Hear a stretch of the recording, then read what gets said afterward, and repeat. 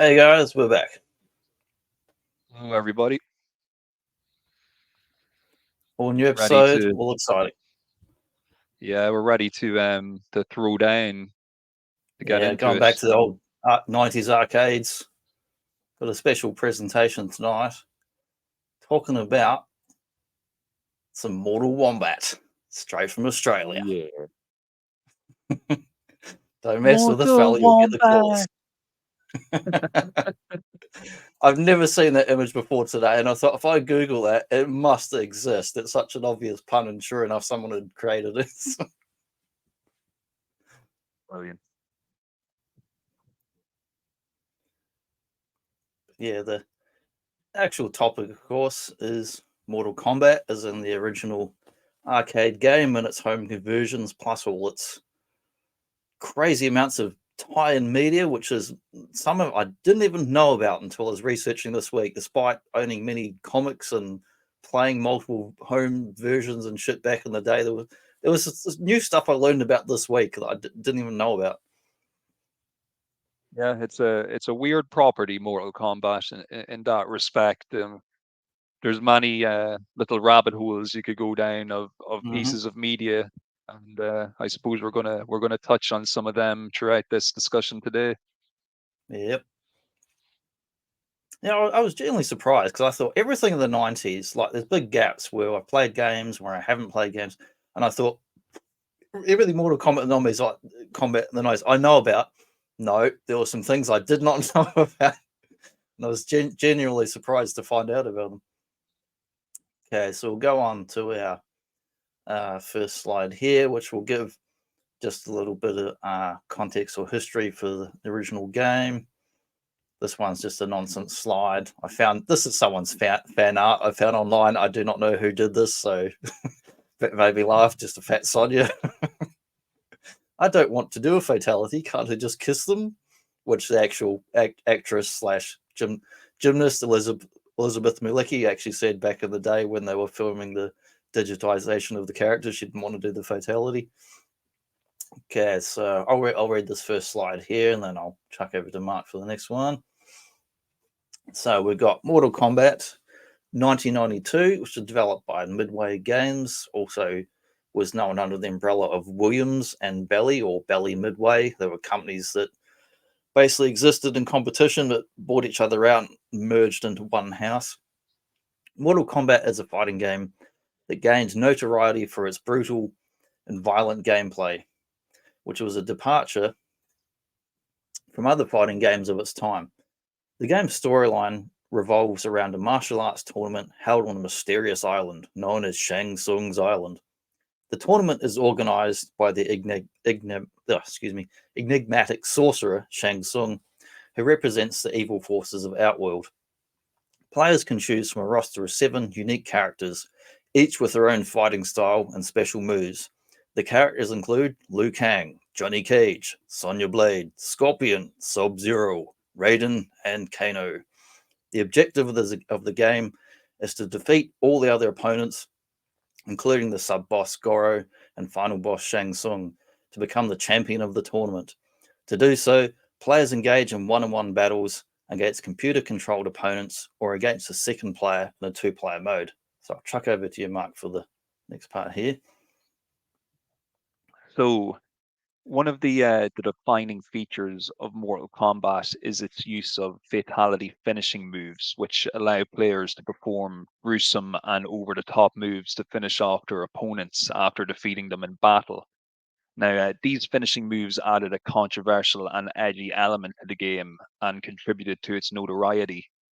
So, Mortal Kombat, it was praised for its graphics and its digitized character sprites, its engaging gameplay, but it also faced criticism and controversy for its violence, leading to the creation of the Entertainment Software Rating Board, or otherwise known as the ESRB, and they were set up essentially to regulate video game content.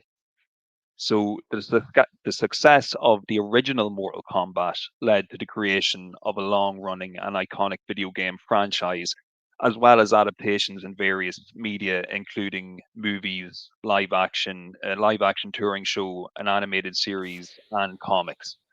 So, plenty of home console conversions followed on the form of success of the arcade game, and also there was many sequels produced, which I'm sure A lot of sequels.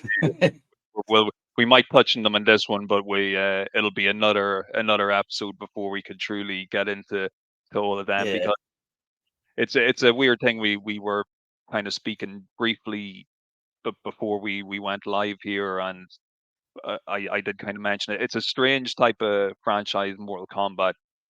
One year it's everywhere, and then it will disappear for a while, and then all of a sudden yeah. right up again, and it's just one of those things. So it's a phenomenon, no doubt. It kind of reminds me of the old Ninja Turtles, where it's being reinvented a few times over for a couple of different generations, but they kind of stay true to the original idea of the thing. And it's been pretty successful in multiple media, and animation, comics, live action shows, multiple live action movies at this point. Some are good, some are dog shit, but it's became a multimedia juggernaut, which I wasn't really aware of back then. I mean, I owned quite a number of the old Malibu comics. I had most of the series. I had Blood and Thunder and Battle Wave there on the screen there. I picked those up in the dollar bins at the comic shop, but I don't have them now, but back in the day, I actually owned pretty much all of them and read them all multiple times. They weren't great, but they were fun and entertaining to read, like average comics, decent art. And they had approval from Bernard Tobias, the guys that actually worked on the game and had developed their own original comic that was sold through the arcade game.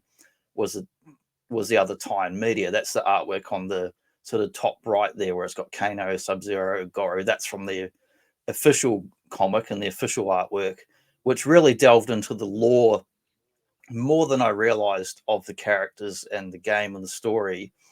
And even when the game was out, they'd already made this whole comic and sort of almost like a movie where you've done storyboards and you've developed quite a bit of background material, a lot more than went into, say, Street Fighter or Soul Calibur, where you just got the wooden quotes and some obscure stuff in the endings that kind of hinted at things. They really built a whole world of mythology with Mortal Kombat that was impressive, and is one of the best strengths, ignoring which games in the series are, good or not so good. But it's the mythology and the characters that really makes it more engaging than any, and works across multiple media.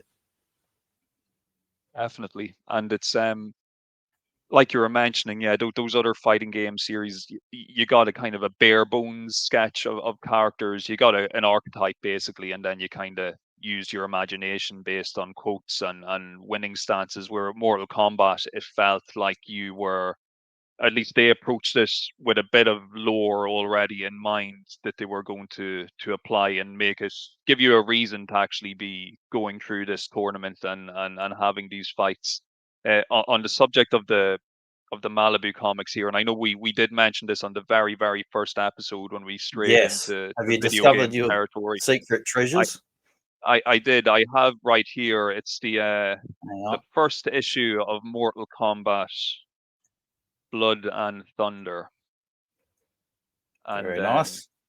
you can see there's a signature on the cover there. It's actually signed by the penciler Patrick Rollo. Hmm. So this comic was actually given to my sister Joan. She was working in a hotel in the States at the time. I think it was in Boston, and I believe this comic was given to her as a tip from Patrick Rollo, who was staying in the hotel at the time, which is pretty cool. Also, I just as I That's noticed very there, cool. it's got a Streets of Rage It's 3 Rage 3 on the back. advertisement. That's another episode for a different time, folks. I just wanted to Yeah, the show you American the version's not as comic. good as the Japanese version. Yeah, Mhm. yeah. So yeah, I wanted to.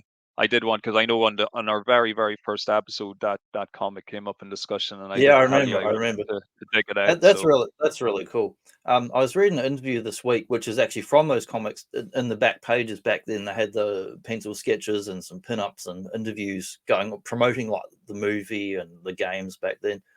And they had some sort of special editions, which I hadn't. I'd read all the Malibu, like every Malibu comic they ever did, I've read several times over in the 90s. And I think I read them again at least 10 or 15 years later when I used to still have them in hand as single issues.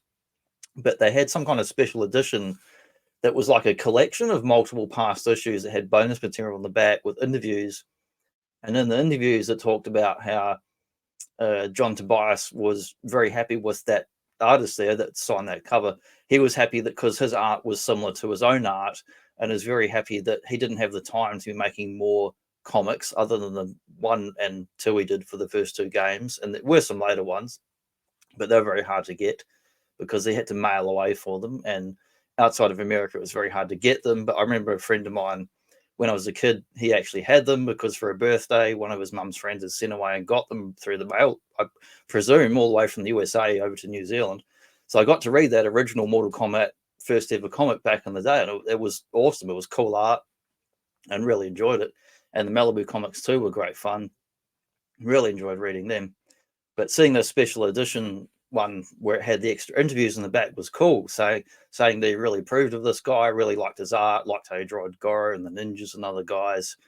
And they didn't, Tobias wanted to, at some point, he wanted to be working in the comic book industry, presumably for Marvel DC, because this was before Image was around, or otherwise he wanted to go to Cal Arts and be like an animator.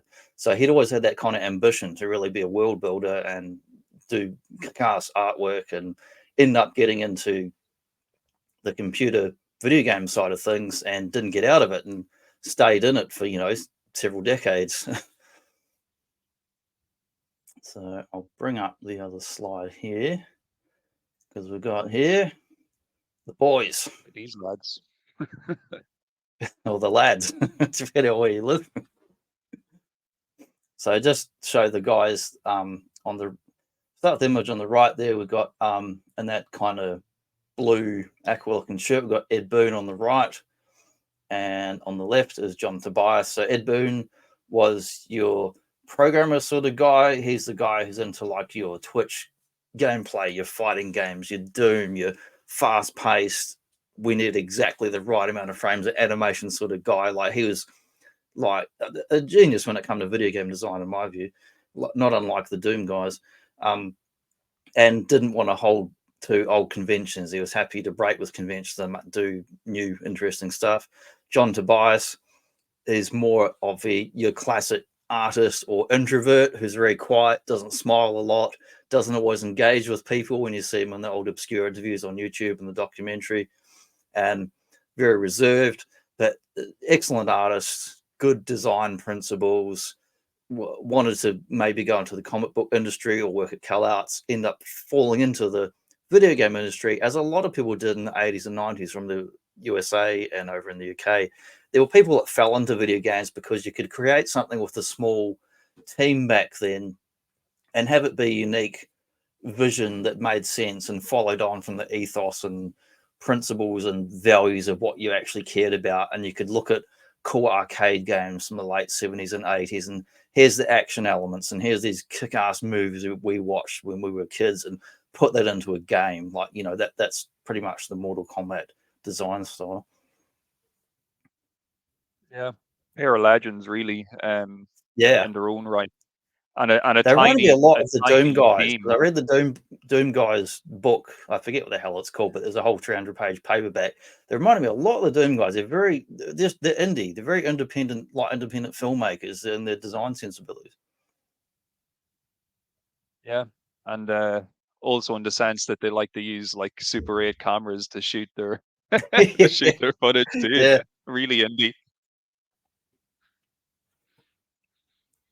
But yeah, no.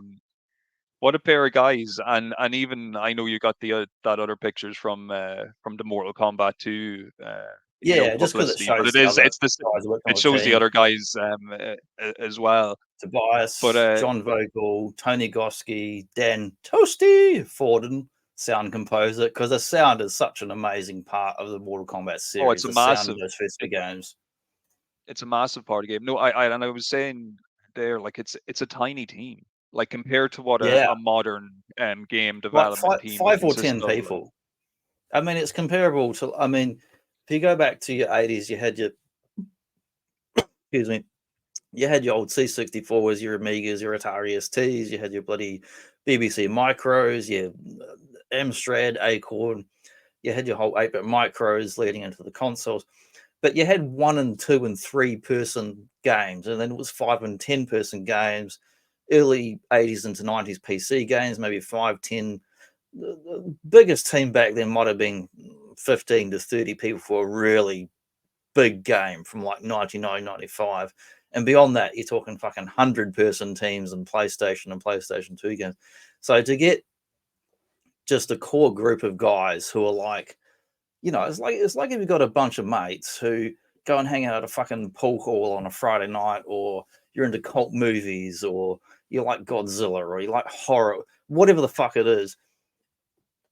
You got guys you can really gel with, but they're also in a work environment that's pretty freeform. It's not so corporate. Like Midway was amazingly permissive of what they would allow the guys to do. They're like, okay, you've got an idea, go and do it.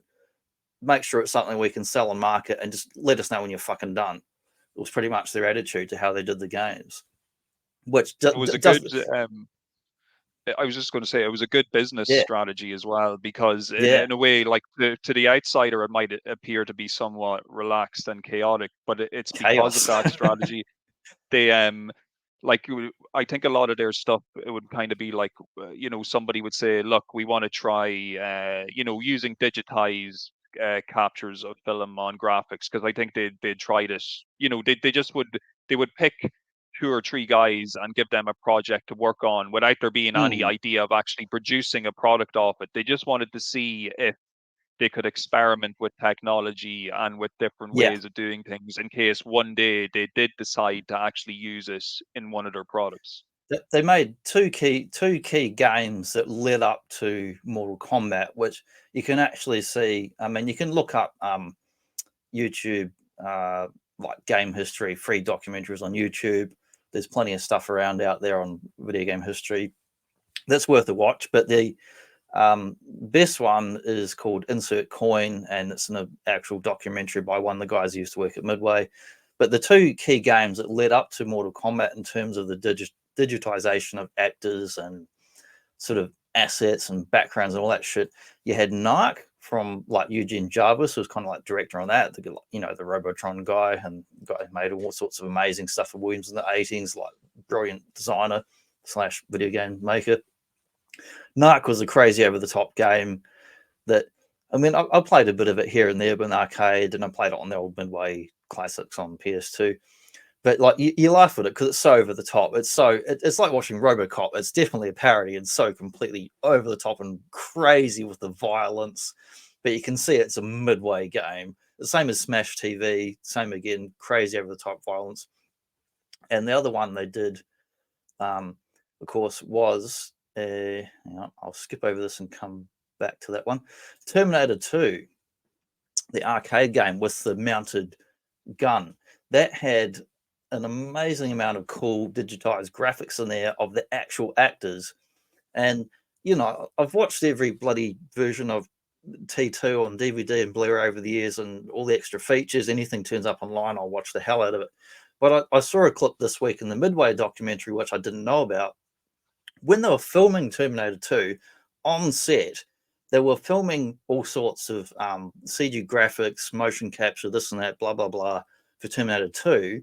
At the same time, they allowed the Midway guys unprecedented access to the film set, and they were creating assets for this video game at the same time on the fucking set, which I'd never heard about before. I knew they'd made this game. I played it, back when it was around.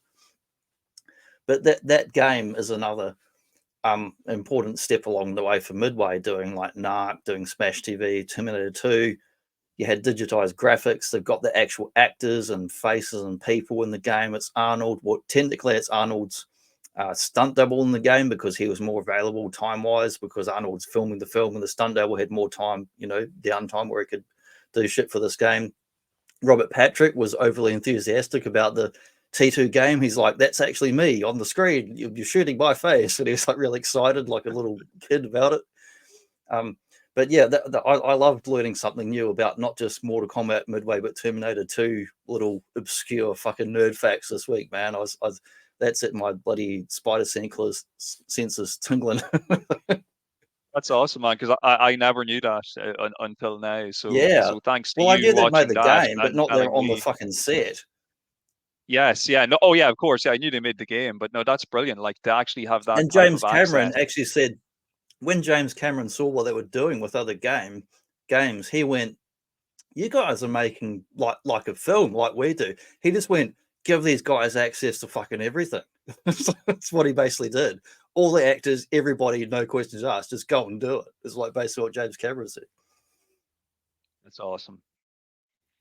But yeah, you want to read out this awesome quote on the screen, the yellow there, because this made me laugh so much when I was watching this documentary this week about Midway Game. So okay, I'll try my best to get the emotion across. Tell them to go fuck off. Make up your own characters. Forget about Jean-Claude Van Damme. And I call this the Chicago way, which is a reference to the Untouchables because it's so fucking Chicago, this Midway documentary. Anyone doesn't know Midway Games they were based in Chicago during the 80s and 90s. And everyone in the documentary comes across as a real in your face, like, we'll do it our own fucking way. If you don't like it, just get out sort of character. Like, they weren't polite about anything. They're like, we're making our games our fucking way. If you don't like it, there's the door, piss off. Which, going back to like the workplace scenario of like you got the small teams working on these games. Like, yes, the word chaos was used several times, but if you didn't have people that were just very ambitious and creative, then yeah, you would fail. If you had no ambition and you've got no superiors really telling you what to do day to day, you would fail. But all the guys working in the studio, working on these games, were highly ambitious and creative on their own. So much so that a number of them went off to other studios over the years, or did their own side projects, or came back again. So it was the right environment for these guys to be in, and to have a guy who is the CEO at the time of Williams slash Belly slash Midway tell them to be like, well, you guys have pitched this project to me, which was going to Mortal Kombat. The game was going to be a filler. They had a gap of 6 to 12 months where they had no new video games, and they had to come up with something else to put out to market. So, and Burden and Tobias turned around and said, we can give you a game in 6 months, which is fucking bullshit because it's going to take 12 months minimum to make anything. But they turned it around in under a year. And to have the CEO turn around and go, we'll try and do this and try and do that. We had Terminator 2 is very successful. We got this amazing access to James Cameron and bloody Arnold's double. And we're going to call up Jean-Claude Van Damme and see if he wants to do his likeness in the game for Mortal Kombat. But Van Damme was being an absolute fucking dickhead and didn't want to know, and probably had no context of video games, and is going through who knows how many agents and third parties. And to have the CEO turn around and be like, no, forget that guy. This doesn't matter. This is a filler project. Go and make your damn game. Do what you fucking want to do and don't worry about it. Like, that's exactly what you want from a boss. That's what you want from any kind of workplace. To be like, go and do what you want to fucking do and work your goddamn magic. And it did work. And it did work because, like you're saying, yeah, it was bullshit. They were never going to get a game finished in 6 months. But I think it comes No. in at like 9 months or something. They actually did Yeah, manage to get it really done. short, an It was amazing really record fast. time. Which reminds me of the Doom guys. Unbelievable. Like, they worked fast, they did lean code, they were smart programmers, and they knew what the fuck they were doing. It's a similar sort of thing with these guys.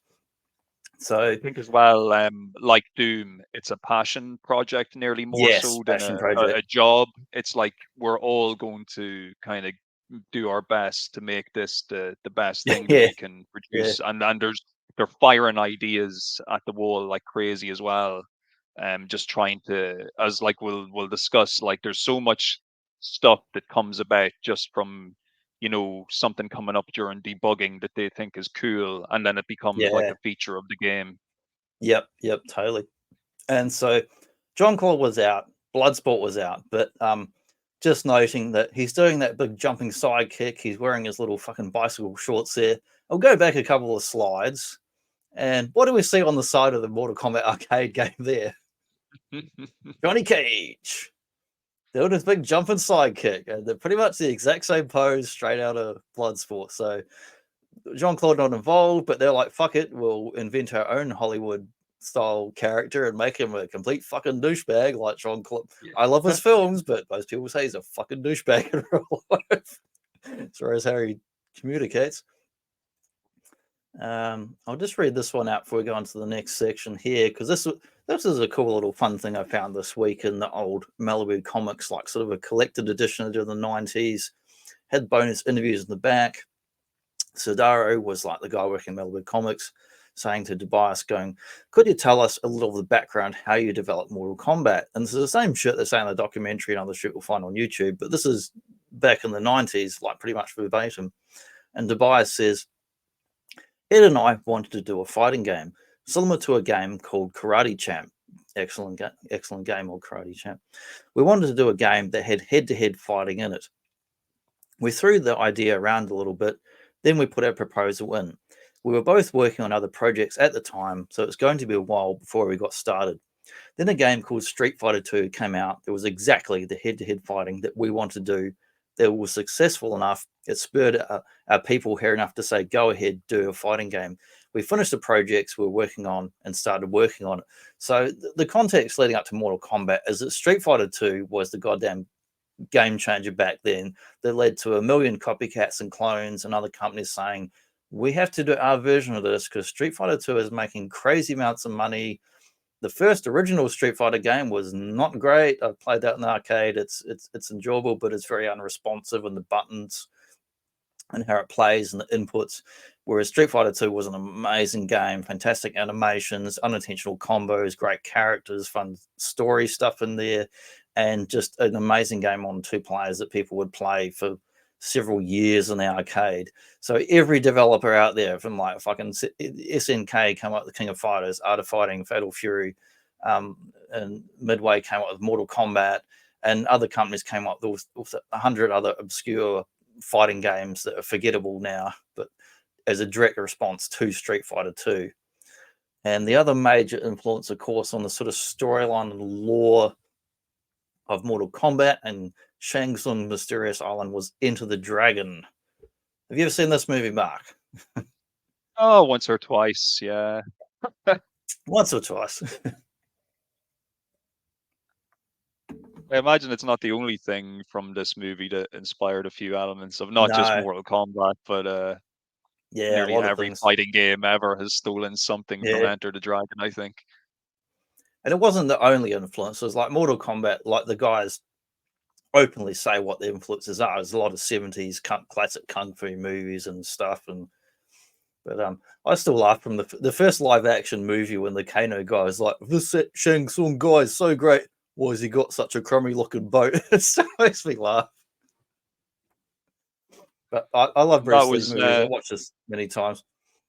not to stray too far off topic, but was it that No, we Mortal should. Kombat? Was that Mortal Kombat movie? How I'm assuming that's how Kano got kind of retconned into being Australian because he is Australian now, like officially, isn't he? Yeah, in the later on games and in that recent animation from last year, he's officially Australian. Yeah, there you go. The funny thing is the actor, I forget the name of the actor, was in the first live action movie. He did it with the kind of almost Cockney British accent, but it's kind of broadly going into Australian. And yeah, that was one of the influences where they eventually later on down the track made him Australian. The only I other love shit like thing that I know actually. him from, and not slightly veering off topic again. The Yeah, only other thing I think I know that actor from is the movie Deep Rising, where he also has the yeah, exact same accent and is very yeah, Kano-like as well. yeah.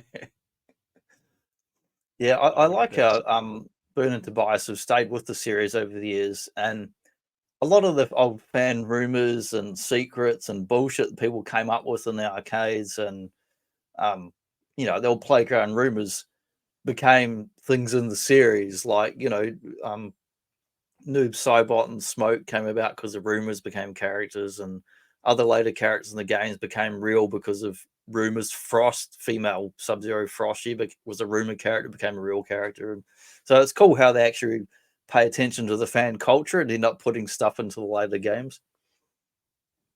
And this is in a pre-internet world as well. So Yeah, this is like if you think about the Game level Pro, of EGM. yeah, but like if you have an actual development team paying that close attention to what fan feedback actually is and like what fans of the game are talking about. Like you couldn't really imagine anything like that now. And now we No, do they have did a the lot of internet arcade where you should testing be back able to then. like yeah, it was like but it was almost like real world kind of testing. Yeah, You well, were some of the in the documentary I watched, the Insert Coin this week, there was a number of times where people were doing they were doing like play testing of Mortal Kombat, NBA Jam, and there'd be times where people that worked on the game were standing behind people watching them play it, not knowing. Like the NBA Jam guy had walked up and gone, "He's on fire," and the guy turns around and goes, "You sound like the guy." He's like, "I am the guy," and shit like that. And like which the idea of that happening now, you playing an arcade game in your local arcade and someone who did the voice acting or was one of the digitized characters on the screen is standing behind you watching you playing it. It's like it's not going to happen. oh no, these days you get new games by downloading them and they release them Yeah, before they're actually finished. And then you have to download the rest of the game later on and yeah, do that updates and stuff. playtesting stuff and the guys actually watching people in the arcades was interesting. It's the same sort of thing on Hollywood where they would do like a rough cut of a film and they would have like a test audience and then they'd go back and edit and change things. It was the same, ideology and that sort of thing. Actually, it reminds me of I was reading Ted DiBiase's biography from the 90s, just finished it last week. And there was a bit in there where I nearly fell off the damn toilet, man, because that's what I was reading at the time. An old Ted DiBiase Million Dollar Man's autobiography. He went on holiday somewhere in some islands or some shit, went into this little mini arcade next to a bar, and some kids were playing a WWF game from Jaleco.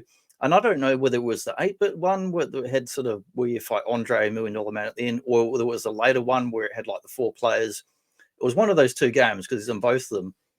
But the kid was playing as Million Dollar Man, and he stuck up behind him and said something to him. The kid turns around like, "Whoa, it's the real guy." It's like I thought, what a That's surreal awesome. experience! Like how amazing! You'd remember that for the rest of your life.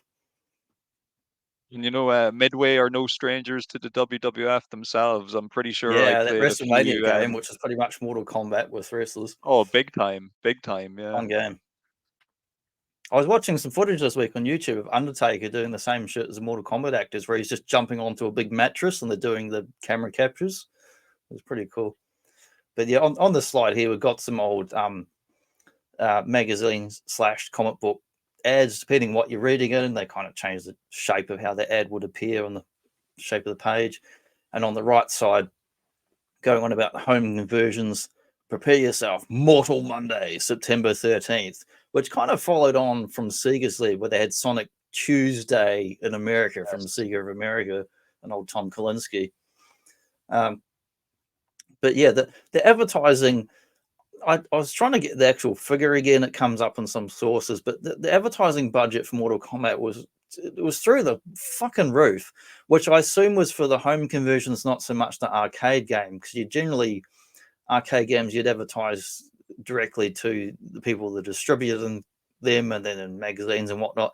So I assume the massive budget would have been the home conversions when they had some money in the coffers and then they were cranking out all the home versions because they had a crazy amount of money went into the marketing for the home versions, like as much as you'd spend on a bloody Jurassic Park or Terminator sort of marketing. So in this slide Yes. here, we've got the top left was the official comic that you could only get not in stores anywhere. You could only mail away from it, like your old GI Joe or Transformers, a mail away. That's crazy. And I remember, I know that's like a screen grab Yeah, from from the Mortal actual Kombat arcade 2. games. But yeah, because I'm and they've kept that in the Midway Arcade Classics version on the PlayStation 2. That ad still comes up. When Does you're it? just wait, if you Oh, I just didn't leave the remember that. game, yeah, if you just leave the game without pressing any buttons, it will eventually pop that up on the screen. It's cool that they actually it's such Oh, a that's nice. faithful conversion that they've actually left the old ad in. That's pretty cool, I think. I didn't remember that. Like I used to have the Midway arcade, whatever, on PS2, but I got rid of it a couple of years ago. But as long with all my old GameCube and PS2 games and that, I didn't know that it had the forward track screen. Other than the story, I didn't know it had that ad in there. Yeah, And it's brilliant. the cool thing is, my old mate Chris, who lived in New Zealand as I did when I was a kid, he had the Mortal Kombat 1 comic, the Mortal Kombat 2 comic, and the Mortal Kombat 2 compact disc, which is pictured there, for $12.45, which a friend of his mum's must have sent away to the USA, and we got it all the way from New Zealand.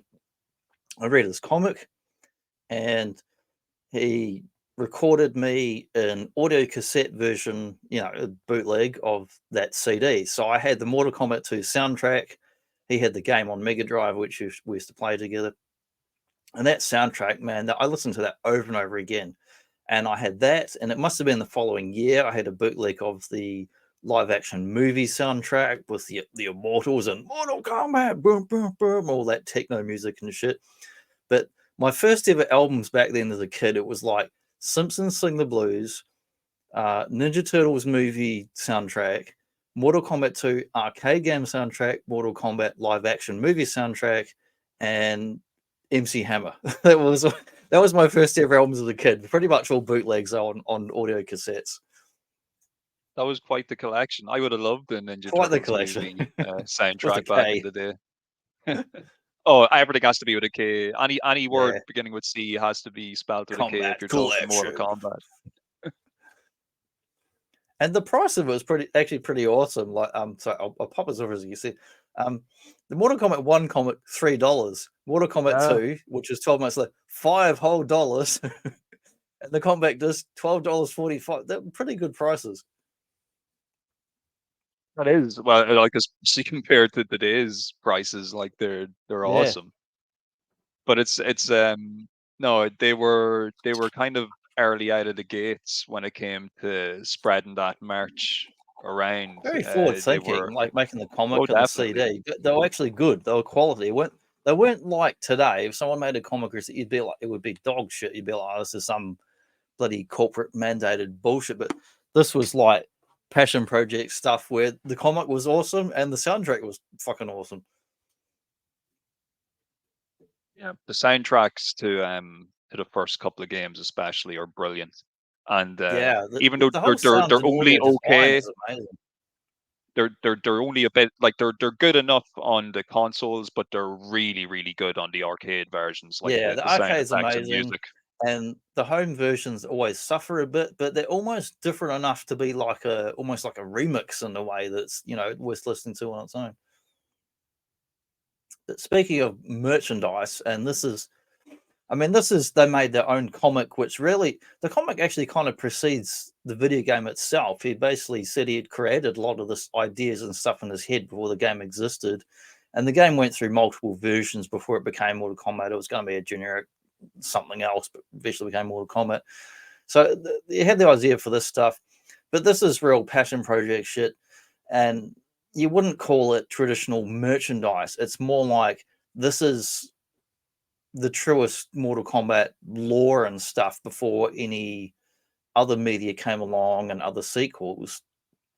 But the game made a hell of a lot of money. Like, it's how much money? They said that the arcade game made as much money in quarters as Steven Spielberg's Jurassic Park did in the year that was released. But Wow. in coins, not in movie tickets, in coins. So other companies went, we want a slice of that pie. So let's make some more comics. Let's make some toys.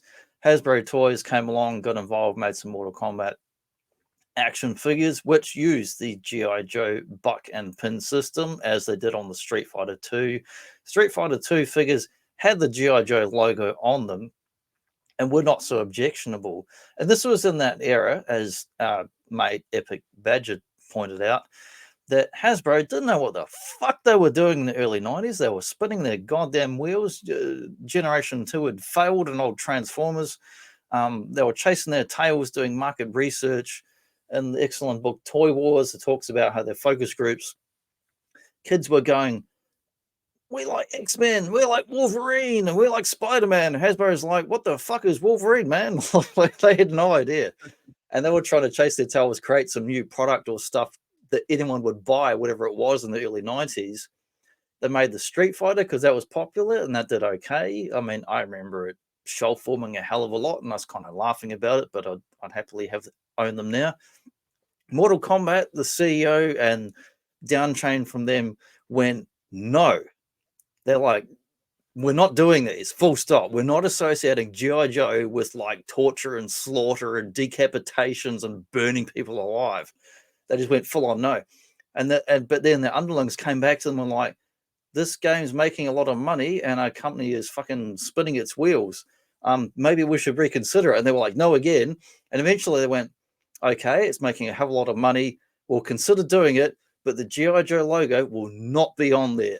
So that's why it's not on there. And people sometimes don't know that it was Hasbro that made the fucking Mortal Kombat toys only as a reluctant filler line because they didn't know what the hell else they were doing other than spitting out like the post Generation 2, post crazy camo colors G.I. Joes in this era where they, which are fine. They're cool toys, but they were just creatively, they were lacking any kind of drive in that era.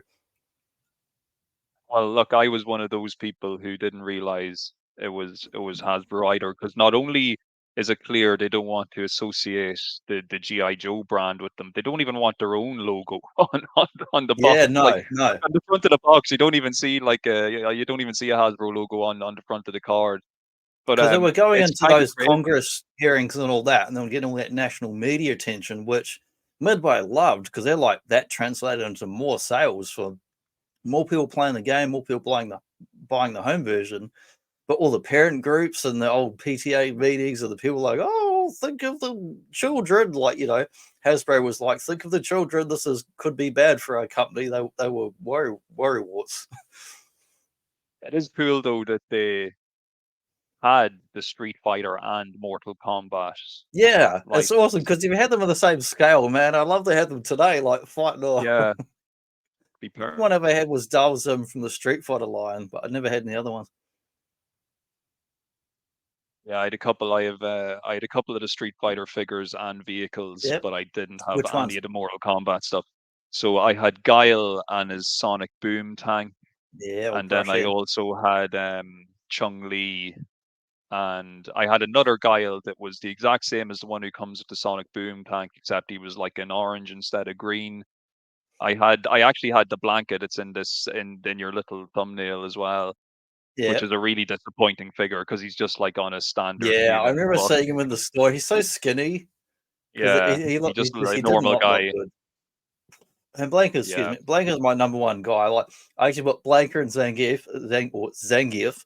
They're actually my favorite Street Fighter characters of all time. That's why I chucked them in there just for reference.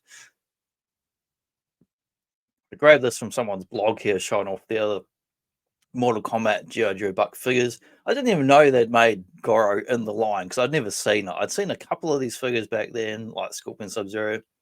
The guy who just looks like fucking Tatsu from Ninja Turtles 2 is actually Shang Tsung, which I wouldn't know if I hadn't read up the references about who the hell is that guy with the eyebrows and the bald head. I'm sure the GI Joe aficionados who watch this could probably spot Yeah, a few reused oh for body sure. parts here, It's the same buck, but different heads, different colors. they are a nice ensemble of figures. They're all the same when you see They're them very together. Like, nice. I used to laugh at them back then because I was like, oh, look at this. They can't make proper figures. They're putting them on G.I. Joes back there. But now I'm like, I wish I had them. I wish I owned them so much. they're probably more faithful to what they're based on than the Street Fighter ones. The Street Fighter ones Yeah, were largely, it was like with Street Fighter, it felt like they just shoehorned in these characters onto GI Joes, whereas at least with Mortal yeah. Kombat, they kind of The look Street a Fighter ones little bit almost felt more more like, like the Street Fighter movie than the game. The look yes, of them, yeah, they're really bizarre exactly. looking. Yeah, I think you hit the nail on the head there. Whereas at least with these, like I know Raiden has his like combat straps on there and stuff. But like apart from that, they mostly look the way they should look in the They're pretty game. So cool, and that's pretty you've cool. got those bendable elbows. So man, I would happily have these on my. I'd chuck them on my computer desk if I had them now, man. I'd have them fighting off with the Street Fighter guys, and the Goro is pretty Definitely. impressive. They got a 4 arms on there, and a how much they had to modify G.I. Joe Buck to get a guy who's meant to be about 9, 10 feet tall, 4 arms, and Probably the only bit of real tooling money they spent, I'd imagine. yeah, because the rest are mostly different colors, a hat, different heads, some shades on Johnny Cage.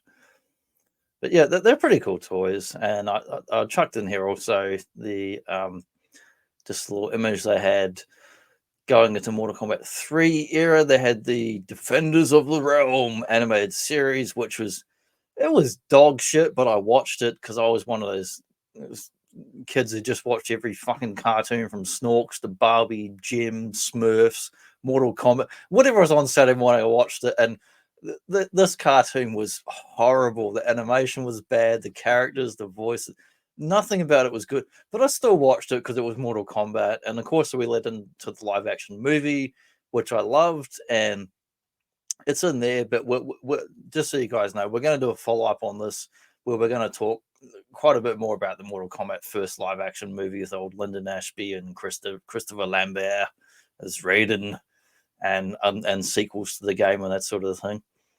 Yeah, we might even talk about sequels to the movie. Sequels to the movie. Oh my god, sequels to the movie. That's dangerous territory. Yeah, really, Might have to have a, really dangerous might have to have territory. a Deadly Alliance talk about that. Oh wow.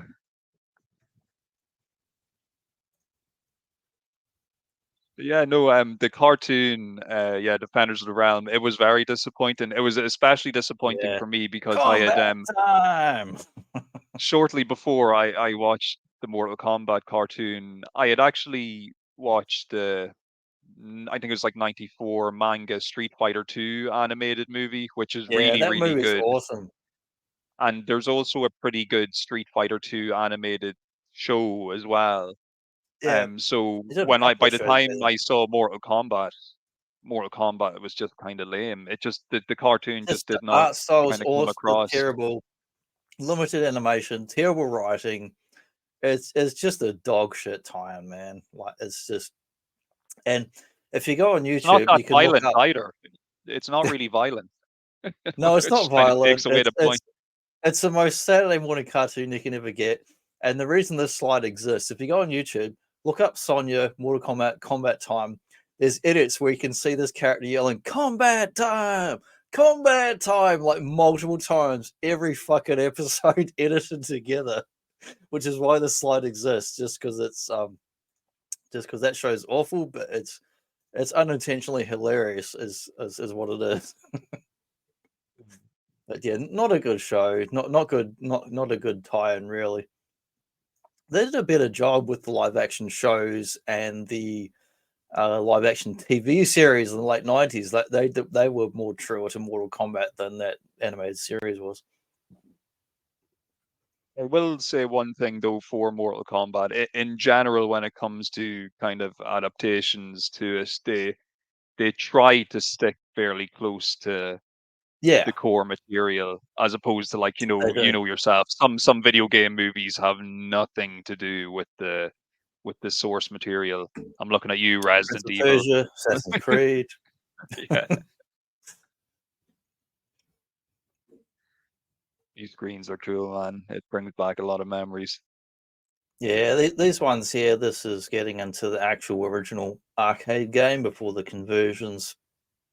They've got that sprite fidelity where they had like, digitized actors, and the first I played a lot of Mortal Kombat 1 and 2 in the arcade, and I played every home conversion that existed back then, all the different formats. I played quite a bit of them and mucked about and tried out all kinds of cheats and codes and secrets and shit. But like number 2 was an amazing game too. I expanded the lore, the characters, the backgrounds, the kind of sort of production design as if it were a movie, which we'll get into and into the second part of our talk and definitely come back to. But the sound, like the sound design in the first game, is still my favorite of any game of the series. Just the music, the sound effects, they were like oh and oh, and all the screams and all that shit, and like Raiden's electricity sounds and the fatality, and the voice actor when he's like double flawless fatality victory and all excellent, all that stuff, man. The sound is just I love so much in that first game. Just it just gets me every time. Oh, everything. The sound of a punch connecting, the sound of Yeah, it's bones so brutal. It's crunching. like boom. Yeah, it's just it is. It gets across that That's those 70s brutality kung that's fu happening. movies where it's like real bang in your face stuff that American movies did not do until they got to the Matrix era and they figured out, oh, well, they knew what they were doing back in the 70s and China and kung fu films. Just like, excellent stage music, and even just like the Yeah. background sprites and stuff. Everything just looks really, like I know people who, have played modern games and are younger than us might like it. I know will look primitive, but to us, this was a massive, massive deal. And like the It was. digitized sprites, Street like Fighter sucks. other Mortal Kombat was games, yeah, other games look like cartoons compared to Mortal Kombat, was yeah, my opinion at the time. yeah. Actually, when I was watching the documentary this week of Insert Coin, they had Lyndon Ash. Sorry, not Lyndon Ashby. That was the live action movie. That I forget the name of the actor. But the guy who played Johnny Cage in the original film, I've forgotten because of booze has rattled my brain. I forget the name. I mix up all the time. The live action guy who was in the TV series, the movie, the game, which at some point I know them all, but I get them mixed up. The guy who was the original Johnny Cage in the game, the digitized. In the modern documentary, he's talking about it, looking back and going, "You can't do that. We can't uppercut off heads and stuff." And boom, Tobias is like, "Yeah, we can. We do whatever the fuck we want. It's Midway. It's what we want." Was I think they had like a few different actors come in for number two. I know we're straying off topic a bit, but I think Yeah, apart from the controversy of what Mortal Kombat brought on screen, there also is a lot of controversy. I think when it came to paying actors and stuff royalties yeah. When they and made the things like home that. console conversions, they didn't have the rights laid out in their legal agreements. The actors had agreed for the arcade game. Home console versions didn't exist back then and weren't a thing until they were. And then the actors, rightly so, because if you're an actor, your likeness is your livelihood and what that's how you earn your living. A number of them sued the company because they didn't ask their permission or pay them royalties for the home console conversions using their likeness again. So that's why when we get to Mortal Kombat 2 and 3, some of the actors slash martial artists swap around and have different guys coming in because they were still working out the legalities and the suing, who's suing this guy and this guy's suing that guy. So they had to get standards to keep cranking out more sequels while they worked out the legality of it. But eventually they settled that stuff and figured it out. And like, I think people have made their peace with it because the original characters who were in this slash the real life people who played the characters on the screen we're all in the documentary, and they're all like, "Oh, I love being in Mortal Kombat. It was a good experience," and so it was one of those unfortunate things that they didn't really plan for legality wise for the home console things. So it's bad for them because they should have got paid. They should have had their royalties. But I'm glad they worked it out down the track that they stood up for themselves. But 20 years later, they were to go, "Yeah, I want to be in the documentary and talk about the experiences we had back then." Yep, it all came good in the end. Yeah. The lesson is to always sign a contract, folks.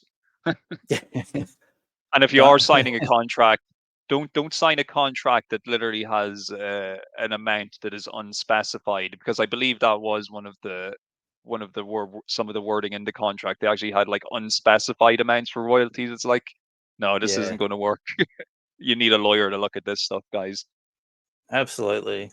The lesson is don't work with Bob Kane or Stan Lee unless you happen to be Jack Nicholson, and then get your goddamn royalties. get your back end.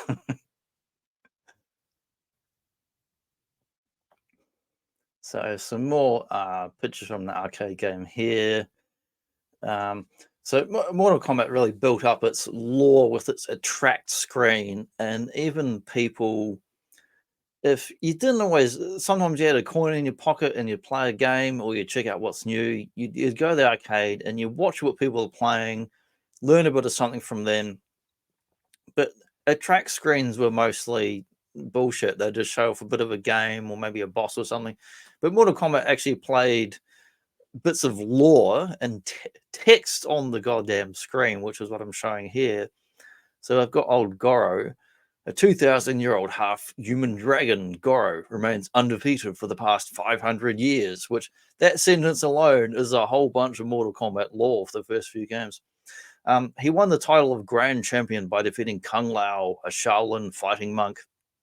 It was during this period that a tournament fell into Shang Tsung's hands and was corrupted, and the Kung Lao refers to as an old Kung Lao before the modern one, who is a descendant in Mortal Kombat 2. But just those few sentences, and in the game, the character profiles and biographies, which are in the first two games, drew people in without paying a goddamn cent or a quarter or a coin. Because you'd look at the track screen and be like, this is something different, something interesting that you want to actually check out. And, you know, I remember before I played this game, standing around and actually watching people doing moves and fighting other people in one player, two players. And it was definitely a spectator game as well as a first person jump in there and put your coin in the machine game. Yeah, and like you said, when you didn't have any coins in your pocket, it was nice to be able to actually kind of, and like I was often in that situation where I was kind of Yep. watching like like essentially there'd be a loop. So they would show the screen with a bit of text and some story, then they would show maybe like 20 seconds of a fight. It was also a good way of seeing some of the characters and stages that you hadn't seen yet. If you saw like maybe 20 seconds of a demo of it or something like that. So yeah, I often was standing in front of arcade machines just watching this stuff loop around, waiting to either for someone to give me some change or for someone to show up so you could actually like play a two-player game or something like that. Yeah. I remember not so much Mortal Kombat, but more Street Fighter 2. I used to go to the arcade and play a game here and there. I wasn't great at it. I would play a little bit here and there, Mortal Kombat 1, Street Fighter 2. And, you know, they came out the year of the out, but they'd be around the arcades for several years. So at some point, you would have Mortal Kombat, Mortal Kombat 2, Street Fighter 2, Street Fighter Turbo, Art of Fighting, Fatal Fury, Samurai Showdown. We're all lined up in the arcade and you can go and play whatever. But Street Fighter 2 and Mortal Kombat 2 tended to retain their popularity, whereas people are still going and regularly play them. And sometimes you would put your coin on the side of the screen there, and like literally the side of the arcade cabinet, because you'd go, oh, I want next game. And if you had decent people playing it, they go, oh yeah, no worries, I'm playing. When you're done, you play next game, single player. If you want to challenge someone, you challenge someone. But if you had the bullies, man, if the bullies were there, they'll just take your fucking coins and laugh at you. That Well, it's the happened a same. bunch, so I learned not to do that. It's the same system like when you're in a pool hole. You Yeah, yeah, line up, exactly. Yeah, you have your coin down ready for the yeah, table after the game. yeah. Winner stays But yeah, on. the best guys in the arcades were mates, you know, people that became mates with and went home and played Super Nintendo with and that sort of thing. Um, that respected if you put that coin on the screen, it's like, well, you want the next game. Or if he wanted the next game, he put his coin on there. That was the creed, or that was the way you did it, and it was fine. But the people who are cooperative are not the bullies who are like the fucking 1%. They were, you know, most of them were fucking idiots who weren't there half the time. They were just bored. They were smoking cigarettes and putting them out on the screen and melting the plastic on the fucking screen. Um, Yeah, the, dickheads. the guys hanging out in the arcades, you'd learn moves from them, you'd swap trades and tricks, you'd watch how they played and what they did, and you'd learn stuff from them. And if you did want to challenge and have a fight with them, you would learn just as much fighting them as you did watching them. So it was, you know, for me, it was a unique experience because, you know, as a little nerd kid who stayed at home playing fucking Alex Kidd on Master System or Golden Axe on Mega Drive or whatever, and I'd venture out to the arcades in the city to play Mortal Kombat or Street Fighter or Cadillacs and Dinosaurs or whatever the hell else they had in the arcade, like Kill Instinct and that. Just a different world. It's Yeah, it's almost hard to believe it was like a thing. It's the type of thing that I'd love to be able to do now as an adult, but I it just would too. can't do it. So many times in the last 20 years, I've thought, man, I wish I could just go back in time, like Doc Brown, Marty style, go back to those fucking arcades I used to go to every week and take for granted for like, I went for 10, 15 years to these same arcades. Big arcade in the city, local chip shops that had all sorts of stuff from fucking Xavier's and Gallagher, Space Invaders, Golden Axe, Cadillacs and Dinosaurs, Aliens, Predators, Street Fighter, King of Fighters, Mortal Kombat, all that shit. I wish I could go back and just hang out there for like a goddamn month and just play every fucking game again. It's not the same playing with emulation as playing them in a big arcade with real people and right next to you. The atmosphere. We might do a little bit of an hang on. Might do a little intermission, take a break here for a minute, and we'll come back and continue our talk. Why has it gone off again? I don't know. There it is.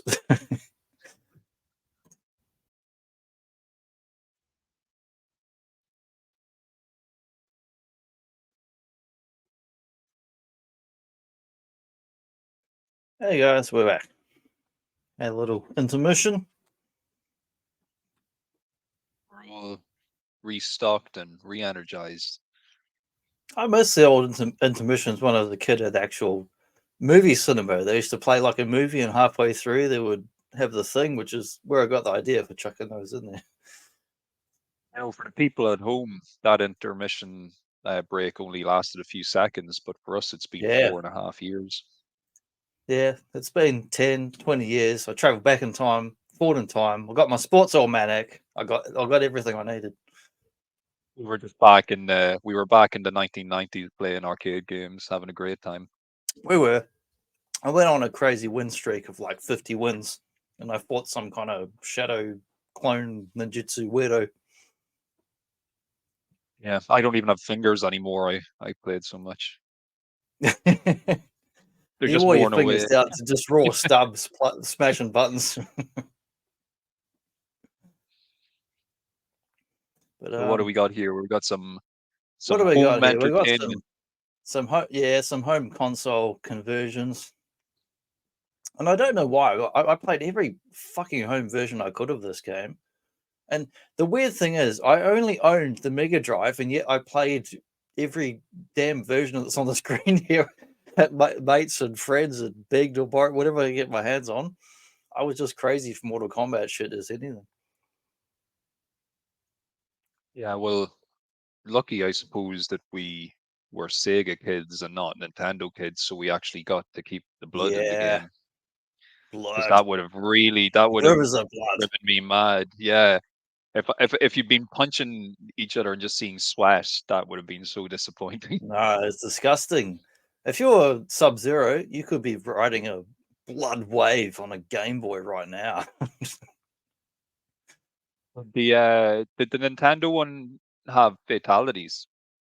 It did have fatalities, but they were nerfed fatalities, devoid of blood. But some of them were actually kind of cool because, like, Raiden would do the electrocution thing, and instead of exploding your head, you turn into dust or powder and your skull fell to the ground. Sub-Zero's one, he did the deep freeze, which they then used in Mortal Kombat 2, and then he punches you and shatters you, which is where they got the fatality from Mortal Kombat 2 from, was from the Super Nintendo version. But most of the other ones, like Kano, he still ripped your heart out, but there was just no blood. It was like he just took a sock or something out of your shirt pocket. And they just robbed changed you. the animation of no blood. It was strange. Liu Kang does the punch. The only ones are pretty much the same. Sonya and Scorpion still do their same like death kiss where they just turn you into a skeleton because there's no blood with that one. So apparently that was family friendly for Nintendo. But the Super Nintendo version had better sounds than the Genesis Mega Drive, where like the audio sound was better. It said the characters' names. They're like, all those sounds and shit. They were better. But the game had so many glitches and bugs and shit in it where the background would slide around or would freeze up and do all sorts of weird shit. So the Genesis actually was a much better conversion, more true to the arcade. It was missing a lot of the audio, it was missing a lot of the sound effects, like quite a lot. But the soundtrack was still kind of cool in the Genesis. It was different. It was almost like a kind of remix of the arcade that played to the Genesis strengths of the kind of synth audio sounds of the chipset. But the Game Boy version was terrible. That was the worst. The Game Boy version was a horrible, horrible game that was pretty much unplayable. The only cool thing is that there was a cheat code so you could play as Goro. That was about the coolest thing. The Master System and Game Gear version, same conversion, but you could play it on the portable or the home, was fairly horrible. Only had 2 backgrounds. It played the same music over and over. You got about 3 frames a second in animation terms. It was so slow and horrible. But I actually played it on my friend's house where we used to have it and laugh at it. And I got so used to the snail speed treacle running uphill, trying to kick a barrel more or less uphill speed. I'm not joking. It's like 3 frames. You could go like this. You could snap your fingers faster than this game would move. I got so used to it, I could finish the game over and over with any character, and it was missing characters, just like WWF WrestleMania from Midway, where depending on where you have the Genesis or Super Nintendo, be missing a certain character. The Master System Genesis was missing a certain character. The Game Boy was missing a particular character. But it was, I don't know. I was Mortal Kombat mad back then, like fucking madness. I played the arcade game, the home conversions, the comics, anything I could get my hands on. I was just crazy for Mortal Kombat. And I'd play Street Fighter, which I loved, and objectively is a far fucking better game because it's far more balanced. When you get an American developer making a fighting game, the first 1, 2, 3 games in the series, well, number 4 as well, are fundamentally broken because Japanese games have been doing fighting games and side-scrolling beat 'em up games for decades, and they've got down the animations, they've got down levels and how to get collision detection and combos and other stuff. They were just far superior games, and Americans weren't doing that sort of thing. They were doing adventure games. They were doing RPGs and Sam & Max and Space Quest and Venture, whatever, and BBC Home Micros. You know, Japanese had the stuff they excelled at. So Americans were trying to play catch up in the 90s, trying to make fighting games. I think like the first real American/British fighting game that really kicked ass to me was Killer Instinct, that played well, great animations, animation frames, hits, combos, ultra combos, all that shit. Plus, they chucked in fatalities from Mortal Kombat, which was popular. But you know, a lot of American developed stuff back then was just horrible in terms of any kind of video game that was other than your PC, like you know, your Doom and Quake and that sort of thing.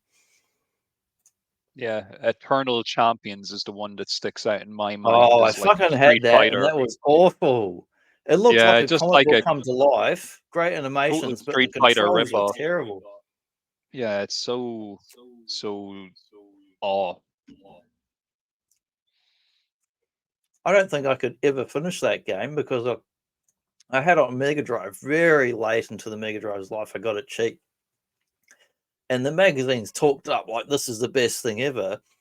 And the animations are nice. It looked beautiful. The character designs were good. And probably they had good lore and background design like Mortal Kombat, a very comic book style thing.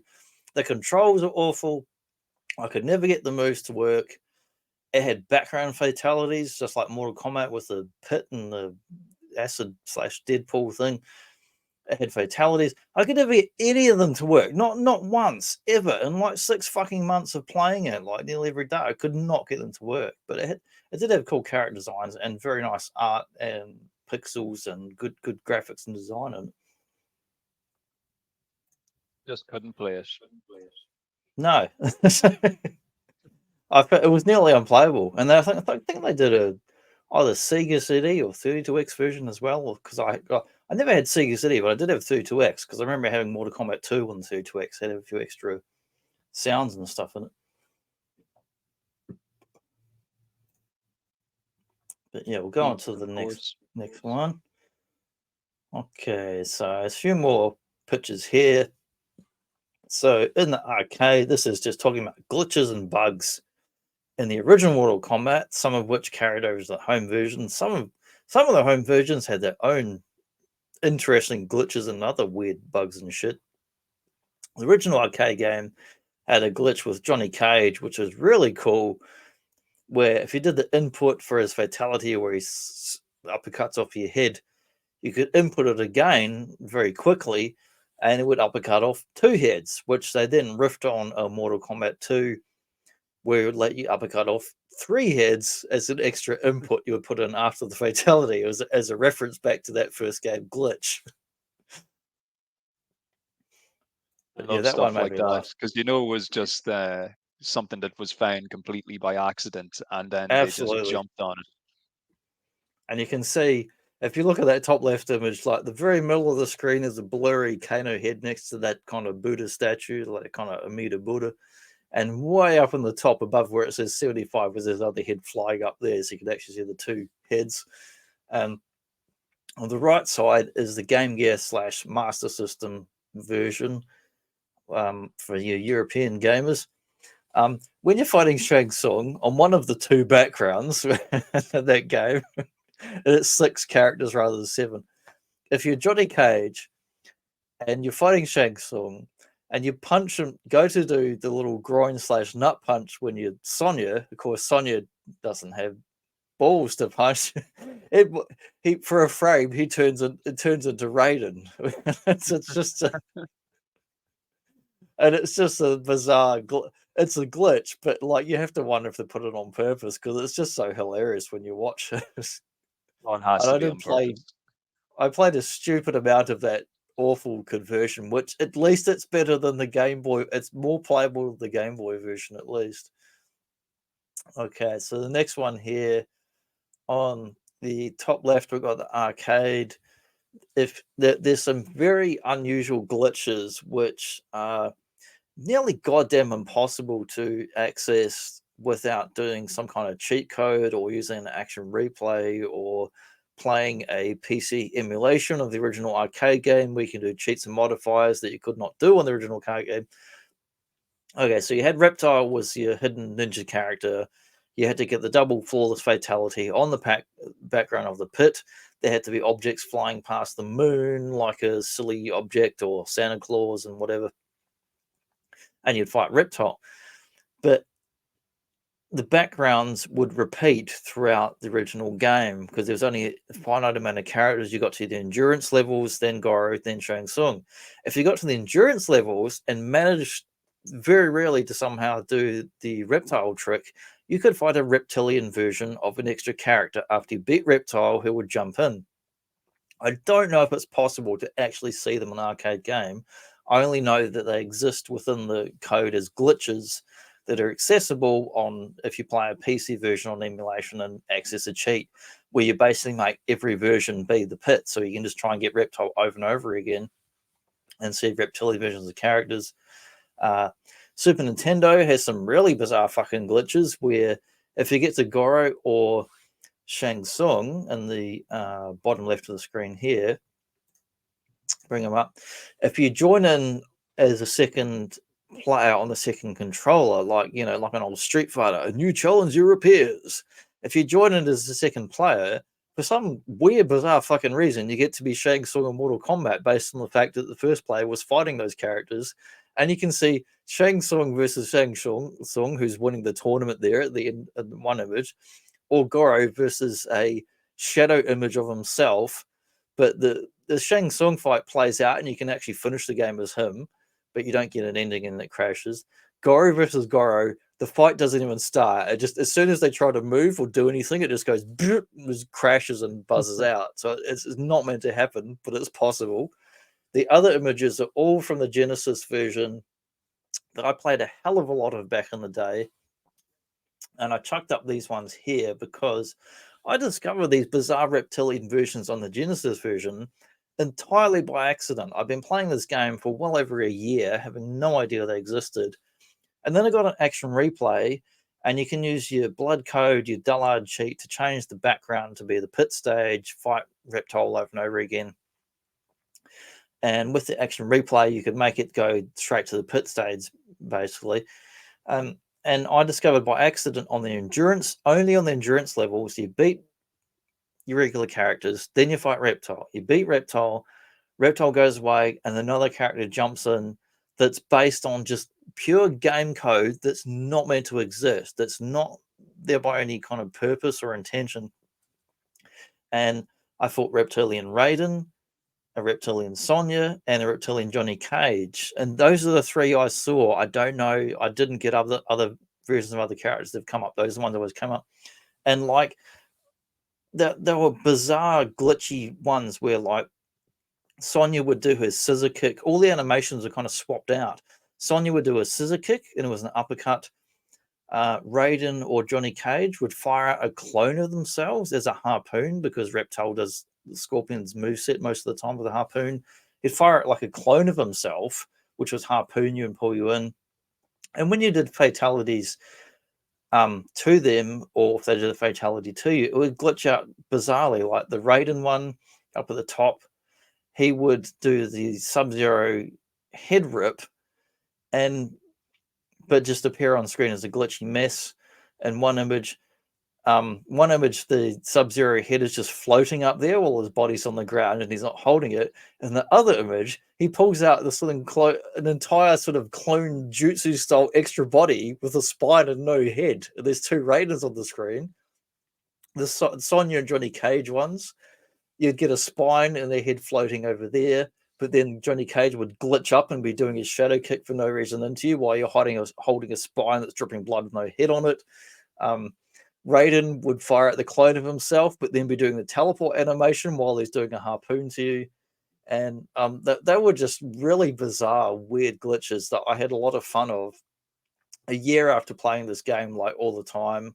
The very bottom one there, Sub-Zero is doing the head rip to Sonya, and there's just randomly two heads on the screen because he's ripped his head off, but the character sprite is still in the background. It's glitched out, but her head is still there. So you get two heads on the screen. And they were so bizarre and so funny. I remember just laughing out loud at these weird glitches I found entirely by accident in the Genesis version. Yeah, if you had like a game genie or some equivalent back in the day, it opened up so many Yeah. possibilities for discovering these little glitches and errors within games. I didn't even know about half of these reptilian character ones. Like I knew of the method to get to fight Reptile, but I didn't realize there were all these like reptilian glitch versions of the characters. Like that Johnny Cage one up in the corner there where he's doing the kick looks cool. It looks like he's like materializing from the Matrix or something. It's just Yeah. I love it. pretty cool.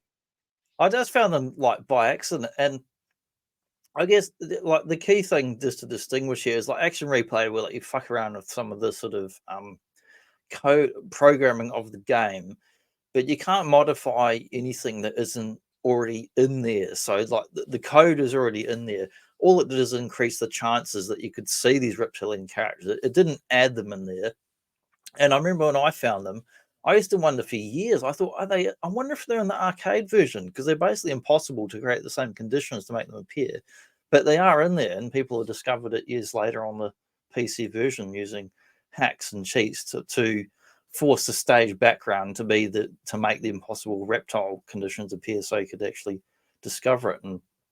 But yeah, for me, they added just extra enjoyment to a game I already loved and had so much fun with, finding these weird, bizarre characters.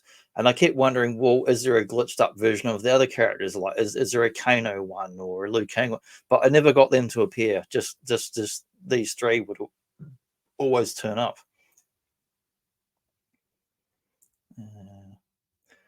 So going on to this one, this is just some composite images, which I found on a blog this week, and the guy who did the blog said that he didn't own the images, but he didn't have a credit for the original images. So that they're all images going back to the original arcade game and from the digitization process, showing off the characters and their sort of poses, their animations, along with the names of who they were. Like you got Carlos Pazina was Raiden, Daniel Pizzino as Johnny Cage, as well as Scorpion, Sub-Zero, Reptile, Ho Sung Pak as Liu Kang, and old Richard Divizio as Kano.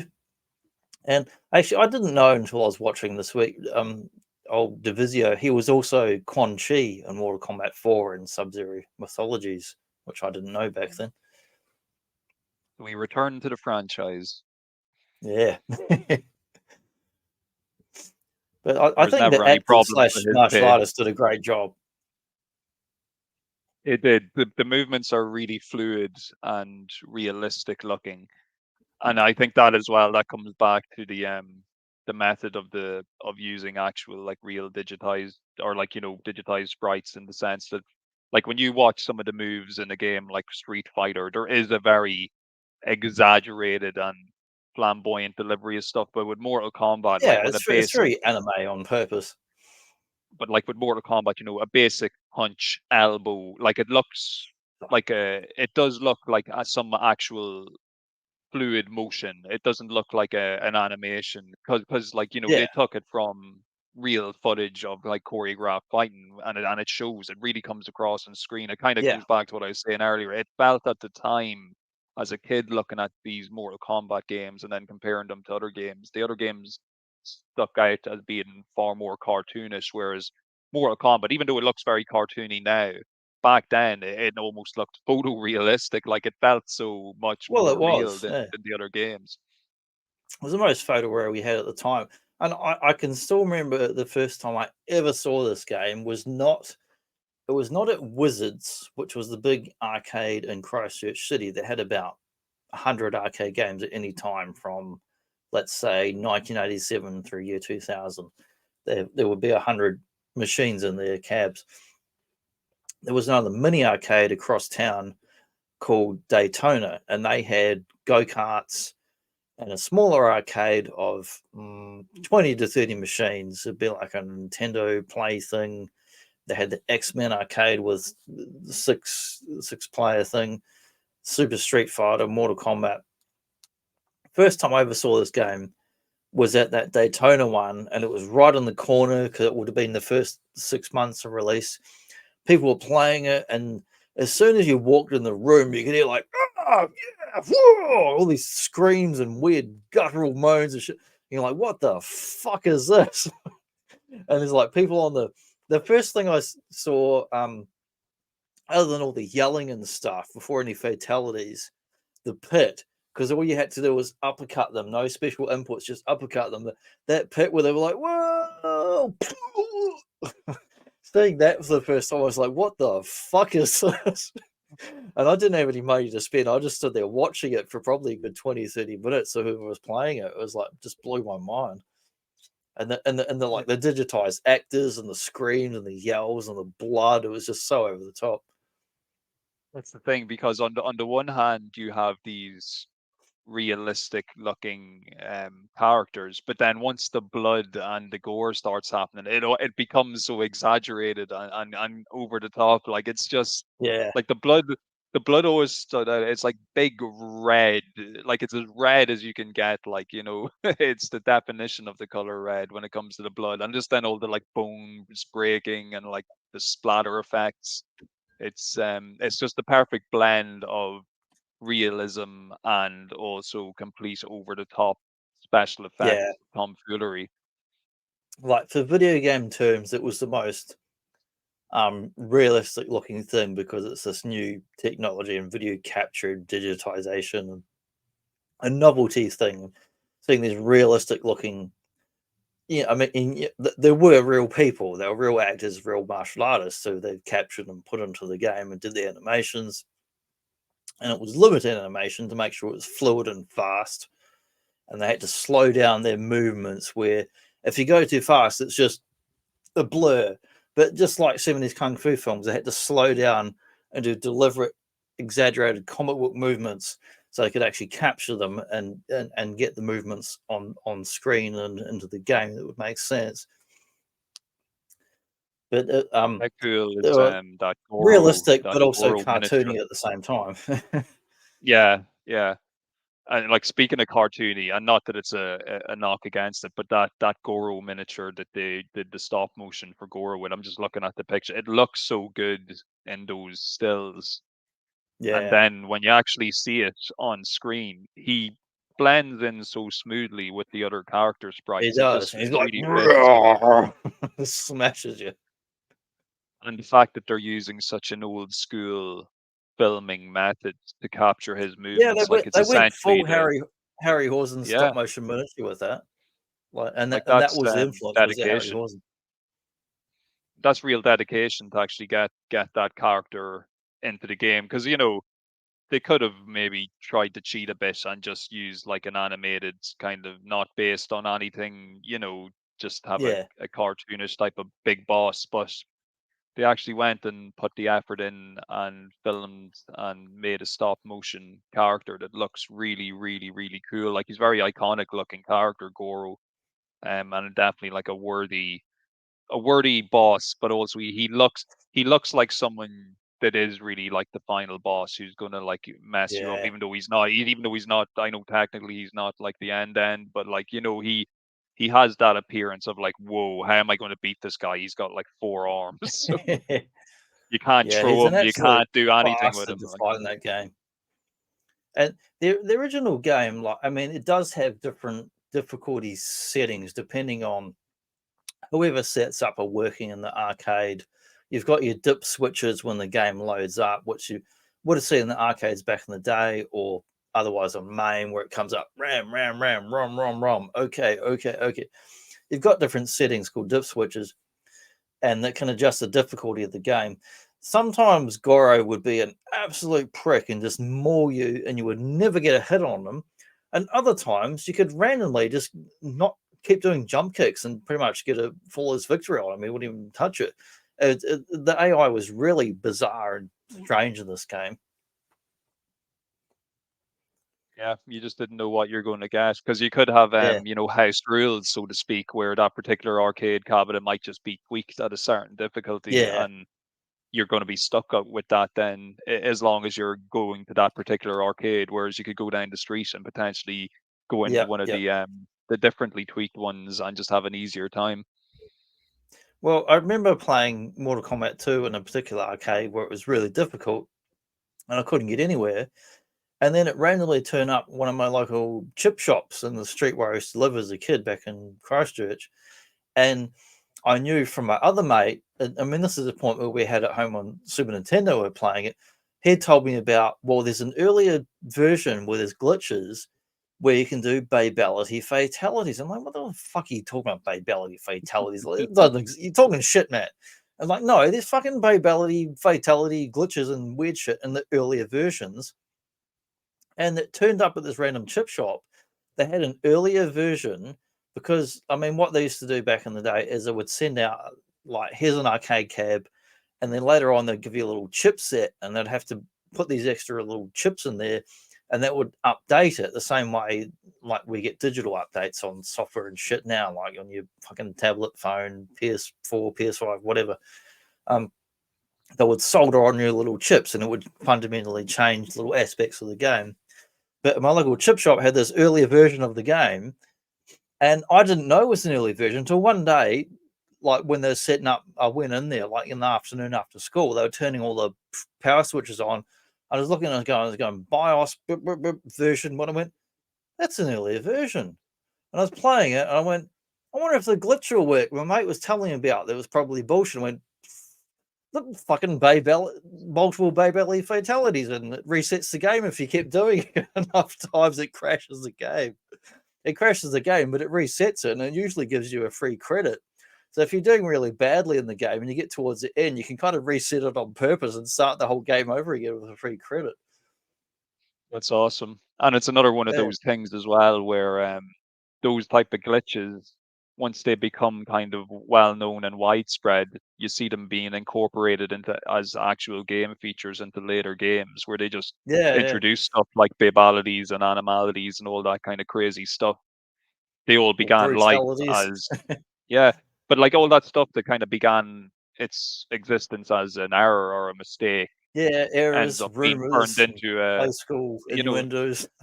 Yeah, yeah, they it ends up just becoming part of the game, which is pretty cool. Yeah, well, I learned a couple of cool things this week looking up. I played a stupid amount of Mortal Kombat back in the day. Like the first couple of games, read the comics, played the home version. I got truly obsessed with this game. I mean, I've probably played more Street Fighter and Tekken over 20 plus years, but back then I played a unhealthy amount of Mortal Kombat because I was truly obsessed by it. And why I get obsessed by fucking Spider Man and Batman and Ninja Turtles and all that. But played a lot of these, and but surprisingly, this past week doing research, just looking up any kind of reference I could to do with the original game, documentaries, YouTube, old comics, playing emulations of the old Mega Drive game, which I still own. I still have my Mega Drive, but I played the emulated version this week.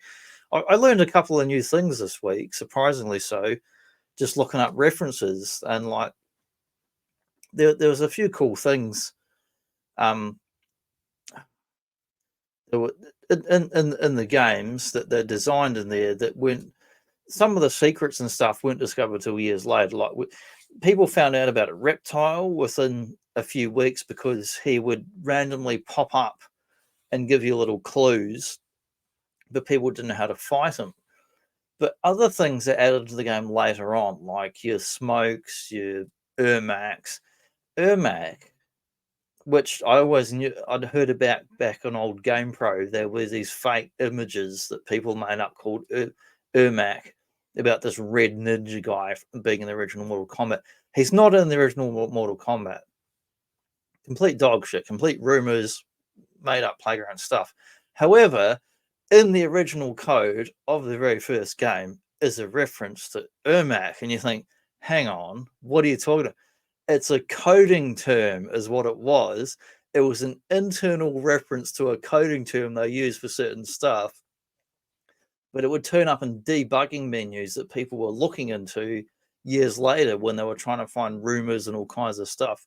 But based on an internal debugging coding rumor thing, they ended up making Ermac as an actual character as later on games in the series. And it's one of the cool things I think they did in Mortal Kombat is they fed into all these rumors and stuff, and they put secrets in on purpose, like Reptile, and then the second game you had Smoke, you had Noob Saibot, you had Jade. They put the secrets and stuff in that people wouldn't know about and discover 6 months, 12 months, 2 years later. And people would start their own rumors, like the old Street Fighter was like Sheng Long, Ken and Ryu's master, and Gu Ken and other characters that but then became actual characters and actually part of the lore in subsequent games years later. I thought that was a really cool feature that they sort of fed into the fan community and fed into the rumors by actually creating new stuff based on just like playground nonsense. Well, it's an awareness of their audience and what their audience is talking about. Like, and it's like we were saying, it's research, but like in real life, like you were Yeah, saying earlier, like so many times that there would have been people playing past versions of the game or playing an arcade cabinet, and you've got one of the creators of the game kind of like standing, behind you. It's that type of kind of on the ground attention that they're paying to what's actually going on. So they are taking these things that are, they might begin life as like an accidental glitch or a rumor about a hidden character, and they'll yeah. just run with it and incorporate it and make it part of the fabric of the game itself, which in itself is just a really cool aspect to their approach to designing games. Like just Reptile alone in the original game as a secret character was very hard to get to, and they intentionally fucked with a lot of kids' minds back in the day who would see something and it was just a little clue or a hint. It was like the pit or the thing or the objects in front of the moon. It would create all these rumors before people saw Reptile or knew it was an actual thing that people would run with. And other kids, you'd go to school the next day, like, oh, I saw there's like a green ninja and there's this thing in the moon, and the person's like, no, bullshit, mate, you're talking bullshit. So they fed into this very intelligent, the whole psychology of the games back then in a very smart way, and but then eventually people discover these secrets and want to play the game more and talk about it. So it's it was pretty cool. So this slide here, which is fairly horrible because the graphics on each of these games are just pretty goddamn horrible.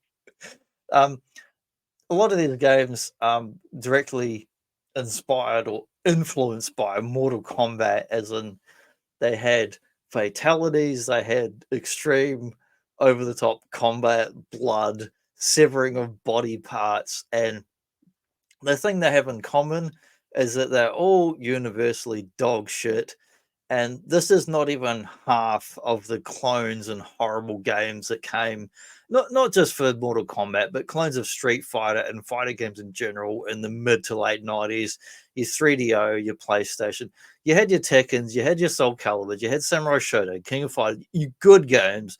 And then you had these terrible fucking games from companies that just wanted to crank something out in the minimum time possible with like digitized graphics or fatalities or combos or fireballs. Like old Angus down the bottom left there firing a fireball out of his kilt. Like, what the fuck is that? Yeah, I didn't really play any of these, thankfully. They all look I've seen a awful. few of them back at the old import store that used to have 3DO and stuff. So I have actually seen some of these games back in the 90s. They were bad.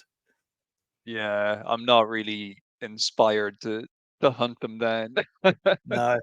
There was another one that I intentionally did not include that has Jackie Chan as not one, not two, but three characters in the game that includes fatalities and weird stuff, but you can never do a fatality to a Jackie Chan character in the game, only to other characters.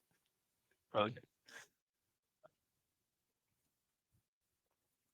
But yeah, Yeah, there even was going some by fairly horrible games. still sprite imagery here, then it still looks so awful.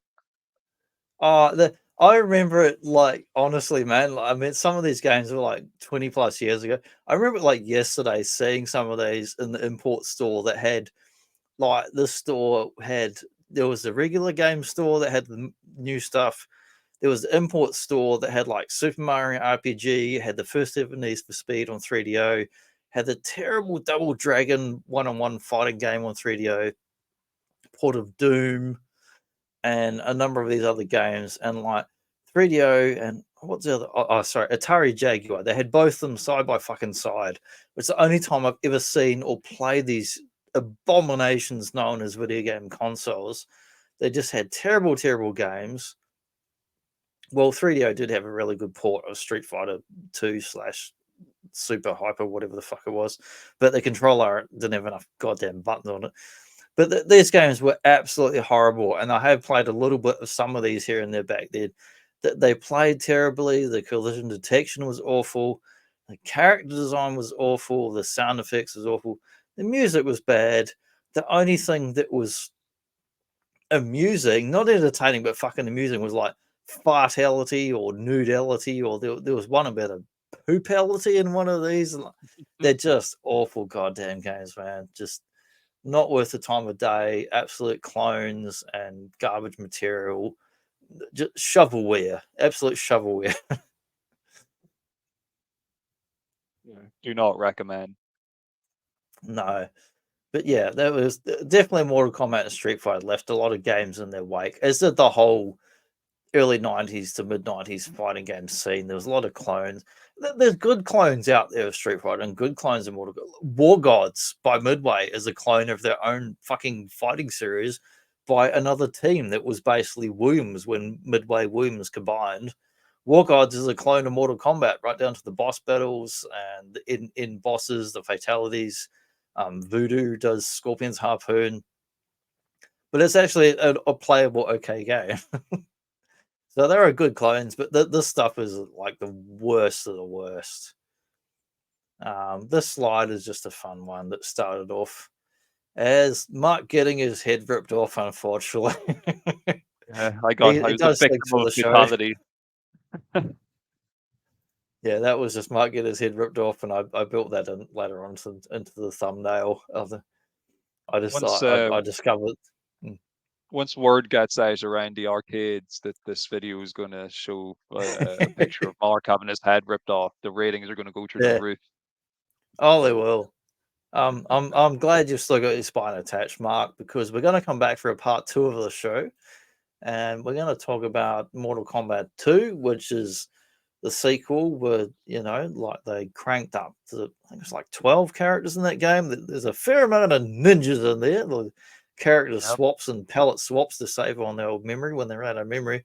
But Mortal Kombat 2, amazing game in terms of what it did back then. Programming, design, art, sound, blah, blah, blah.